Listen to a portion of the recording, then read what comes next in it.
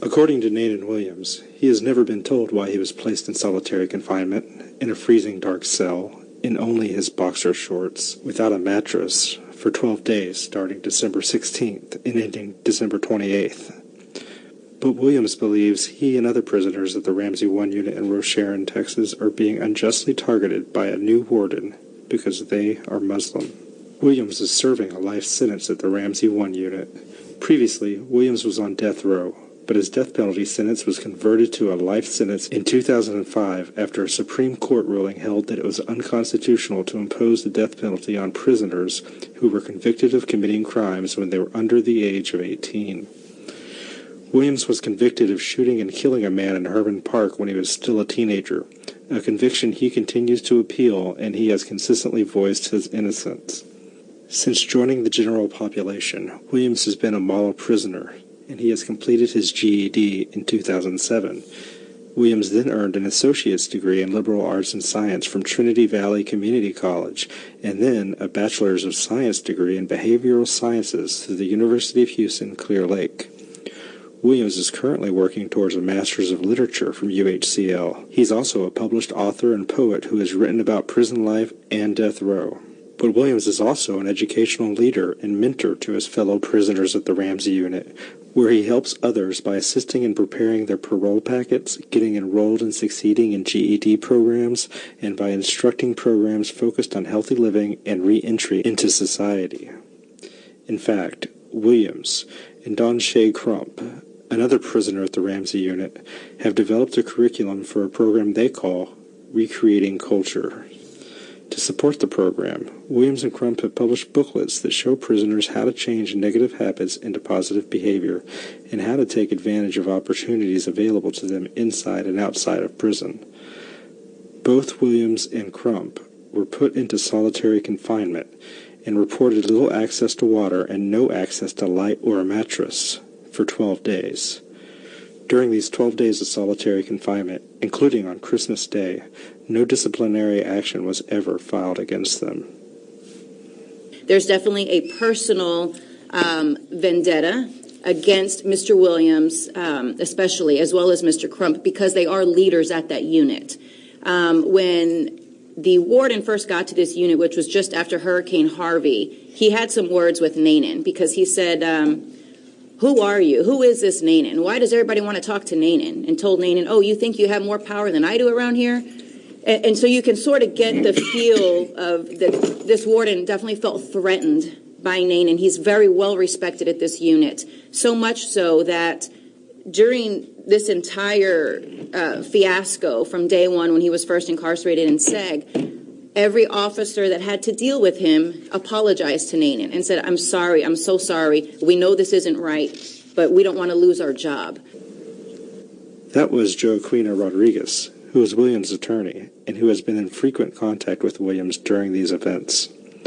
On December 28th, Williams and Crump were returned to the general population, and Williams filed a grievance with the prison about how the new warden, Virgil McMillan, put him in solitary confinement without ever filing a disciplinary case against him.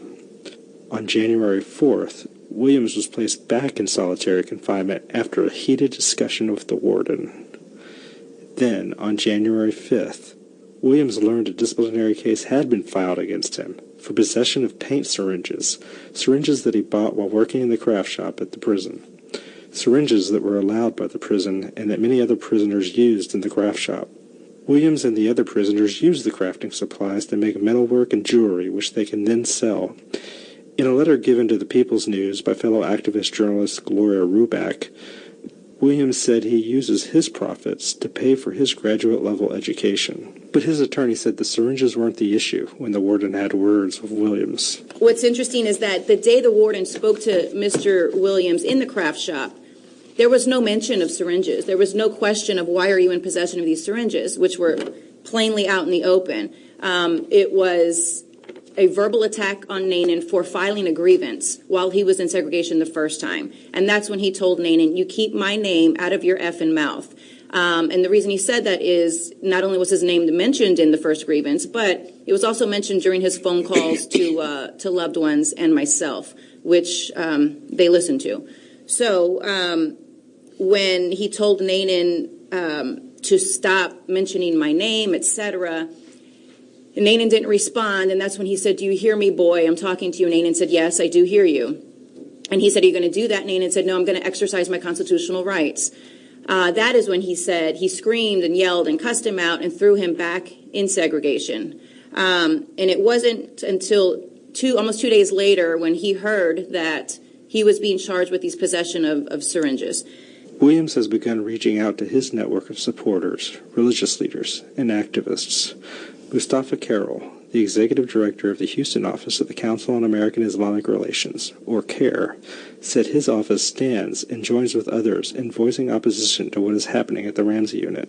The inmates say they are facing retaliation. Both men spoke about the horrible conditions during Hurricane Harvey. Because they did that, both men were placed into solitary confinement on December 16th with no charges, no disciplinary hearing, and reputedly with no lights, water, heat, nor clothes.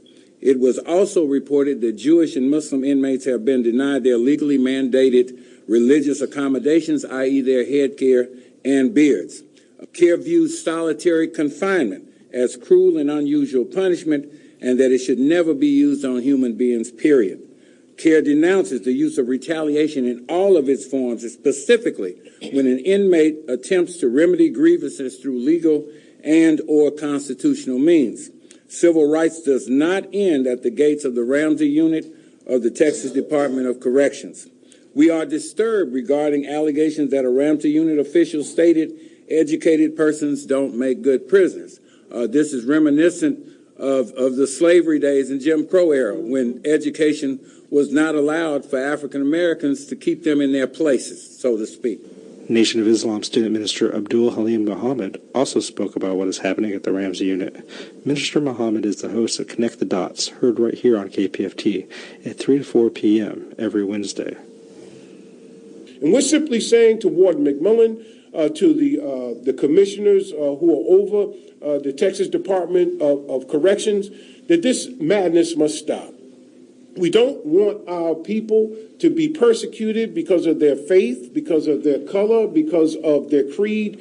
This is absolutely wrong, and it is diametrically opposed to what we're supposed to be about. We're asking that this warden be investigated, and if it's found to be true, that he be removed, that this segregation or pre-detention hearing, PhD, pow high and deep, or pre-hearing detention, whatever you want to call it, should be eliminated.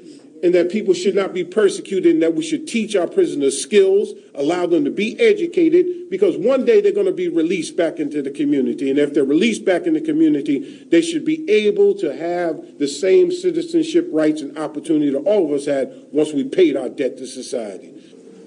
Rodriguez, Williams' attorney, expects they will be filing a lawsuit soon. We have to go through this grievance procedure. So now that Nanan's filed this grievance, the warden has 30 days to respond. And what's kind of funny about that is that the grievance hearing is going to be headed by the warden. So it's a grievance against the warden, and the warden will determine whether or not that grievance is valid. Yeah. So that's kind of funny. We already know what's going to happen there, which leaves Nanan to appeal that decision, which is called a Step 2 grievance. All of these things take time, and unfortunately, a lawsuit cannot be filed until the grievance process is completed.